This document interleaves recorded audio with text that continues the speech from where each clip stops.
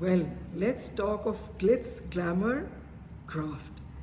You name it, we Pakistanis have it. आप कहेंगे ये कैसे? भाई ऑफ कोर्स अगर 2001 में देखें तो 11 बिलियन डॉलर्स सिर्फ स्विस अकाउंट्स में पड़े हुए हैं पाकिस्तानीज के भी ऑफ कोर्स और किन के। और 2001 में ही देख लें तो ऑफशोर वेल्स 17% पाकिस्तानियों की बाहर पड़ी हुई है। माइडास टच है या क्या है हमारे पास कि जिस चीज़ को देखते हैं लेकिन अपनी टच करते हैं वो सोना हो जाती है, लेकिन आवाम के तो सिर्फ बिल ही डबल हो रहे हैं बिजली के। देखें ना आज़ाद कश्मीर में क्या हुआ, बिजली के बिल डबल आ रहे हैं लेकिन हाइडल पावर से बिजली पैदा करने का तो कॉन्सेप्ट ही नहीं ना। हमने तो आईपीपी से महंगी बिजली लेने की कसम उठा रखी है। रॉन्ग पॉलिसीज़ वो तो हमारी शुरू से आदत ही है। तो अब यहाँ पे देख लें कि माइडास टच है कि नहीं। अपने लिए तो डबल शाह की तरह हम लोग पैसा डबल कर लेते हैं। तो is it democracy, oligarchy, kleptocracy rather with deep pockets, plutocracy? क्या है ये सिस्टम जिस सिस्टम में गरीब का बच्चा भूखा 2 वक्त की रोटी नहीं खा सकता? वहाँ माइडास टच है हमारे अशराफिया के पास। यहाँ पे गरीब की गंदम, सोना उगलती ज़मीनें मट्टी की तरह बेकार हो गई हैं, उसकी गंदम प्रोक्योर नहीं हो रही। लेकिन माइडास टच अपने लिए तो है। 12.5 बिलियन डॉलर्स की प्रॉपर्टी हम पाकिस्तानियों की है, लेकिन वहाँ इंडिया से मार खा गए। इंडिया की ज़्यादा है और पाकिस्तानी की कम है। तो what is this all about, this फस अबाउट ये माइडास टच? क्या हो रहा है दुबई में? तो आपको बताते हैं कि whenever there is colossal catastrophe or something that has huge ramifications from Beijing to Sacramento, it has to do with Washington. Of course, the Center for Advanced Defense Studies is a NGO, a non-profit organization based in Washington, जिन्होंने ये data compile किया है Dubai unlock के नाम से, जिसमें 70+ news organisations के ताउन से ये डेटा निकाला गया है। 12.5 बिलियन प्लस की प्रॉपर्टीज़ हैं पाकिस्तानियों की। अब बंदा पूछे, आम पाकिस्तानी मिडिल क्लास तो पोर्ट ऑफ एग्ज़िट पे जाता है, एयरपोर्ट जाता है, तो वहाँ पे सिविल एविएशन वाले पूछते हैं कि 3,000 से ज़्यादा तो नहीं लेके जा रहे। स्टेट बैंक की वेबसाइट पे चले जाएं तो वहाँ चैप्टर 10 है, उसमें बड़ी डिटेल से इनवर्ड और आउटवर्ड रेमिटेंस की बड़ी कोई 200 किस्म की कदगनें बताई गई हैं कि ये करना है तो पैसा बाहर लेके जाना है। स्टेट बैंक कहता है ये करोगे तो पैसा इनवर्ड रेमिटेंस हो सकती है। तो बंदा पूछे, जब इतनी सख्तियाँ हैं तो फिर ये स्कैंडल्स कैसे आ जाते हैं? तो वो आपको बताएंगे कि financial action task force, a monetary regulatory body based in Paris, उन्होंने हमें 2018 में ग्रे लिस्ट में घुसा दिया। अब ग्रे लिस्ट क्या है? उसमें उन कंट्रीज़ को डाला जाता है जिन पे उनको शक होता है कि यहाँ पे फाइनेंशियल इरेगुलरिटीज़ हो रही हैं और मादर पिदर आज़ाद पैसा है इनके पास जिसका कोई पूछने वाला नहीं है। वो पैसा टेरर फाइनेंसिंग में यूज़ हो सकता है। ग्लोबल मनी लॉन्ड्रिंग को बेसिकली वॉच करने के लिए फैटिफ ने पाकिस्तान को 2018 में ग्रे लिस्ट में डाला। अब उससे पहले हमने क्या क्या कर लिया? हमने टीटियाँ भी कर दी, हमने हर तरह से पैसे बाहर भेज दिए, हमने you name it we have it, yards में stashed wealth, private jets, piggyback भी कर लिया हमने। तो ह्यूमन ट्रैफिकिंग करके भी पैसे बाहर भेज दिए, कोई कसर नहीं छोड़ी।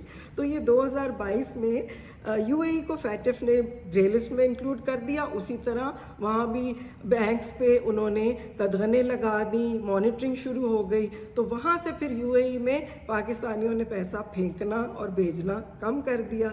तभी फिर 2022 से 2024 तक यूएई को स्ट्रीमलाइन किया, उनके फाइनेंशियल इंस्टीट्यूशंस की मॉनिटरिंग हुई और पॉलिसी नेटवर्क्स और उनके सेटअप्स ऐसे बने कि अब वहाँ पे इस तरह से मनी लॉन्ड्रिंग का पैसा नहीं लाया जा सकता। तो ये जो हमारी दुबई अनलॉक लीक्स हैं, ये 2022 से पहले की प्रॉपर्टीज़ की हैं। और तब तो हम माहिर थे ना, टीटियों के ज़रिए भी बाहर भेज दिया। हम तो बंदों के साथ भी हाथों में सूटकेस भर के भी भेज दिया करते थे बंदियों के हाथों में।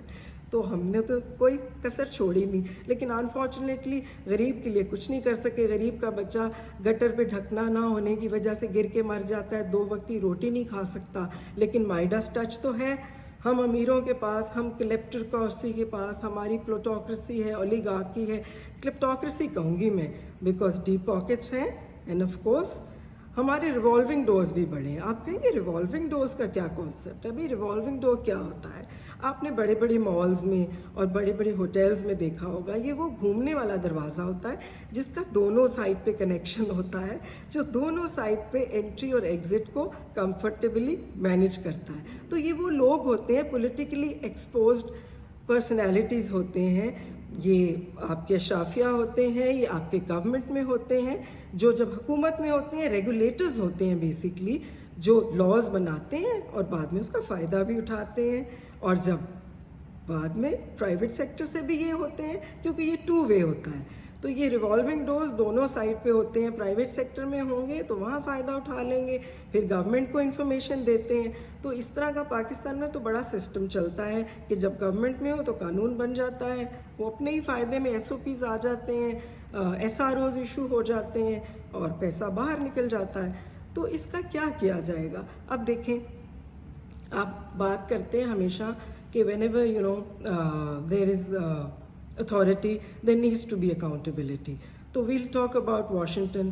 American system of justice is very well organized in that sense, because I'll give you an example of آپ لوگوں نے سنا تو ہوگا award winning movie Wolf of Wall Street. تو Wolf of Wall Street کو انہوں نے US ڈپارٹمنٹ آف جسٹس نے $60 million کا فائن کیا. Why?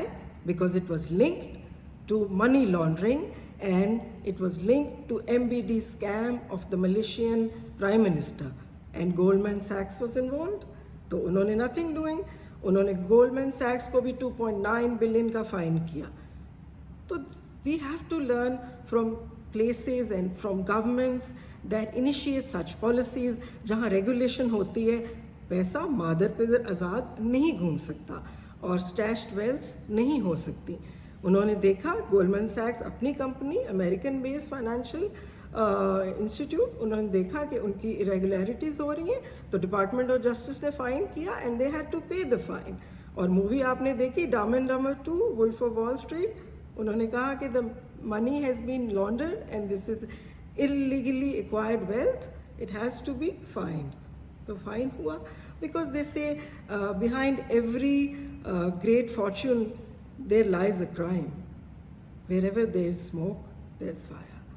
تو دیکھنا یہ ہے کہ دبئی ان لاک میں انہوں نے اپنی ویب سائٹ پہ تو کلیئرلی مینشن کر دیا ہے کہ اٹ ڈزنٹ مین کہ یہ پراپرٹیز کسی کے نام آ گیا ہے، تو اٹ ڈزنٹ مین کہ اس میں کوئی irregularity ہے. لیکن رسیداں تے کڈو نا. اسٹیٹ بینک آف پاکستان کی ریگولیشنز ہیں، ان کا چیپٹر 10 دیکھیں، انورڈ اور آؤٹورڈ ریمیٹنس، ملک سے باہر پیسہ لے کے جانا لے کے آنا، اس میں 100 قدغنے ہیں. تو آپ رسیدیں دے دیں جو ہیں اس میں نام، تو پھر پتہ چل جائے گا کہ کون سچا ہے کون جھوٹا ہے. ٹل دین ٹیک کیئر، نیکسٹ ٹائم.